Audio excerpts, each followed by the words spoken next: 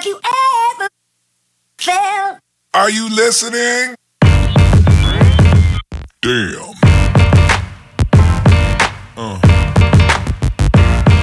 Yeah.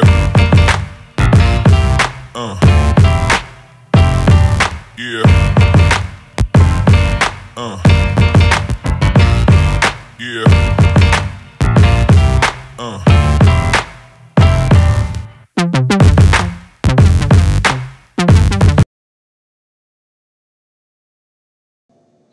Hey everybody, I want to talk to you today about the seasons and how the change of seasons can affect us and our motivation.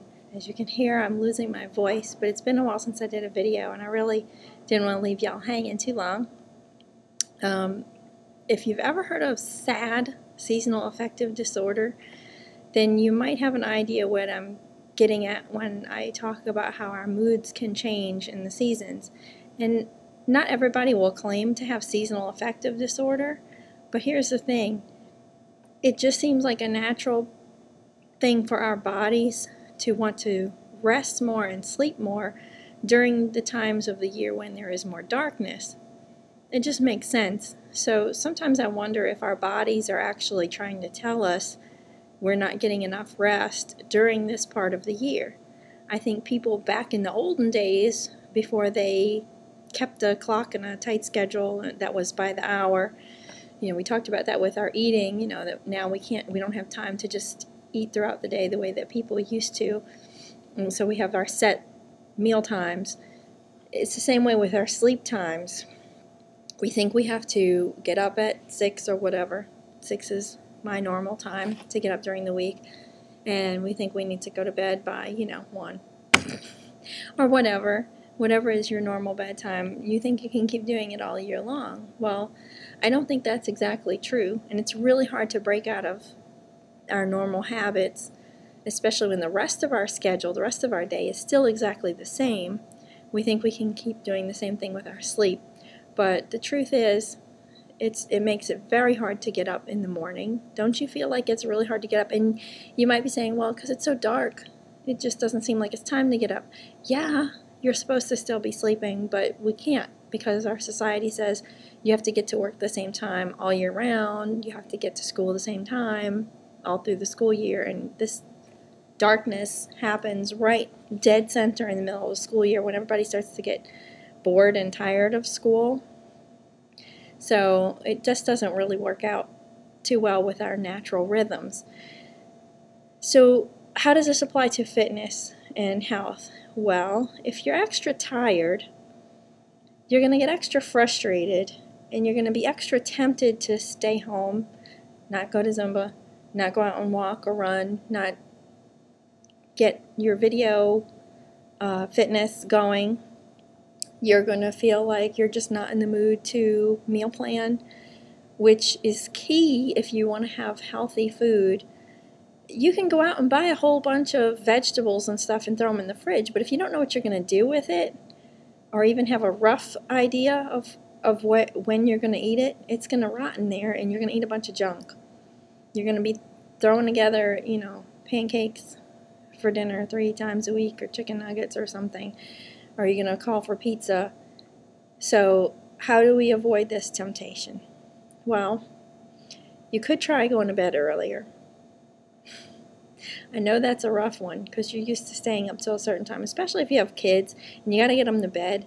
And then the time after your kids go to bed, it's like, do you catch up on your TV shows? Do you catch up on the laundry? Do you catch up with your spouse, spending some quality time because you haven't seen them all day? It can be difficult. It really can, and I believe you. But we have to do something. So here's what I want to suggest. If you know that getting out and getting your exercise gives you more energy, isn't that the obvious answer? So what I'm saying is the only thing that needs to be changed for sure, besides trying to get more rest if you can, is your attitude. I saw a speaker at a college open house last weekend. I went with my daughter, and there was a speaker, and he was very good. And he talked about attitude, and he also talked about priorities. And I think I'll save priorities for another day. But attitude, your attitude is key, because a bad attitude will ruin everything. A positive attitude can mean everything, can change you, can change your life. And there's a lot of gray area in between, and your attitude can change from 1 minute to the next, from one season to the next. If your attitude was great in September and all of a sudden you're wondering why you're in a slump, could be because it's so dark outside most of the day. Could be because there's a chill in the air a little bit and your metabolism is shifted and things are off. You're not getting as much vitamin D. There's all kinds of things that go with this change of season that can be bringing you down, and it does not have a positive effect on your attitude. So what are the phases of attitude? First phase of attitude, when you start something new that you're doing because you want to do it, it's usually excitement. Usually you're really geared up. You're ready to get going. Go start this. My daughter started a brand new job today, but she didn't get a whole lot of sleep last night, so she wasn't too excited. But if you're like, well, I'm going to buy this Groupon, I'm going to go to Zumba, I'm going to commit myself to at least 10 classes, maybe you're pumped up, you're amped, you're like, I'm going to do this. Let's do this. Let's get this done. Let's make a change happen. You're positive. You're excited. What is the second phase? Well, it is actually work. We have a lot of fun in this class, and we have multiple benefits besides fitness. You have more energy, more flexibility, better balance, and you cut a lot of that stress. It's amazing how much stress you can burn off, not just calories, but the stress and the junk of the world. You can melt off along with your sweat and your fat while you're here, and it's wonderful. But it is a workout, and you will be, your muscles will be fatigued at the end of class, and you will be sweaty and hot. It is fitness. If it wasn't fitness, it would just be a dance party, and you'd probably have rum and Coke to go with your fitness instead of a big bottle of water. And people don't do that 3 times a week either. An hour of dance is a lot, especially when we go hard. We have some really high energy songs. So if you are in this and you've been doing this consistently, you might get a little frustrated. So that's number 2. First is excitement. Second is frustration. And, the fatigue of it. Getting tired or bored or wondering about your consistency. What is part 3? Part 3 is you think about quitting. Do you really want to quit? No, you committed yourself to this, but there's the personal struggle. There is where your attitude is going to have to kick in to make a difference. And part 4 is you do quit or find something new, and then you start the whole process over again. There's 5 phases. What is 5? Part 5 is recommitment. Part 5 is when you try to go and stay in the same place, but get back to step 1. Get back to phase 1 and get excited again. How can you do this? One big way. Measure your success. Sit down and write down all the positive things that have come out of whatever it is that you have started. If it's a whole comprehensive health change, if you're eating better, how are you feeling? Do you have more energy? Remember the seasons. That's going to kind of make it look like you're not having as much success if you're having less energy because you're not sleeping enough to make up for this change of seasons. Excuse me. So, but when you started, were you having more energy? Do you feel like you have built up some muscle? Squeeze yourself. Start doing, lean from side to side. Feel those obliques, because we work a lot of core in this class. If you're in this class and you're doing a lot of the stuff that we do and you're having proper form, watch the video on form. If you can push your fingers into your sides between your hips and your ribs and lean from side to side and you feel something pushing back, those are your obliques. Isn't that fantastic? You have a muscle. Oh, yay. I have some too. It's really cool.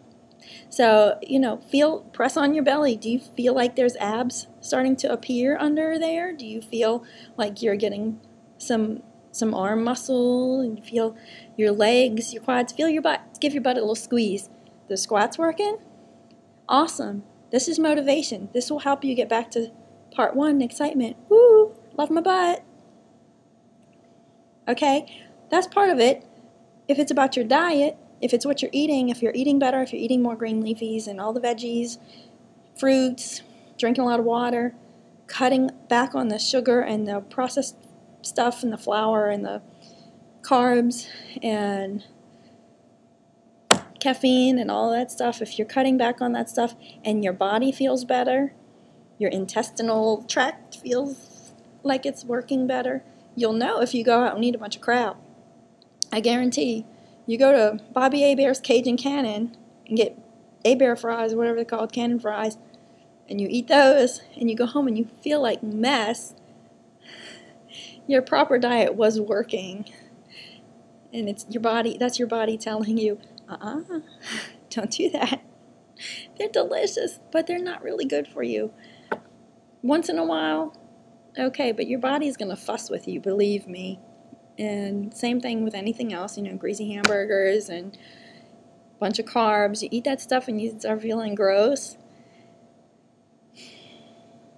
Don't make something up. You know why it is. You know it's because you taught your body better and your body came to expect better from you, and then you let it down. So this is how you get back to phase 1, excitement, when you know what you were doing before was working and it felt good. Were you feeling better? Were you feeling more confident? Were you feeling more energetic? Were you feeling more positive before? And now the weather changed, the sunlight changed, and you're like, oh.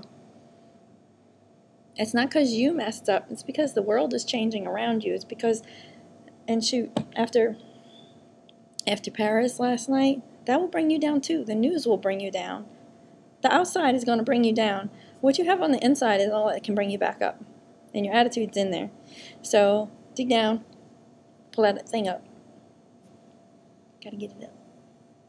You don't get your attitude up, you're not gonna get your energy up, you're not gonna get your exercise on, you're not gonna get your health better.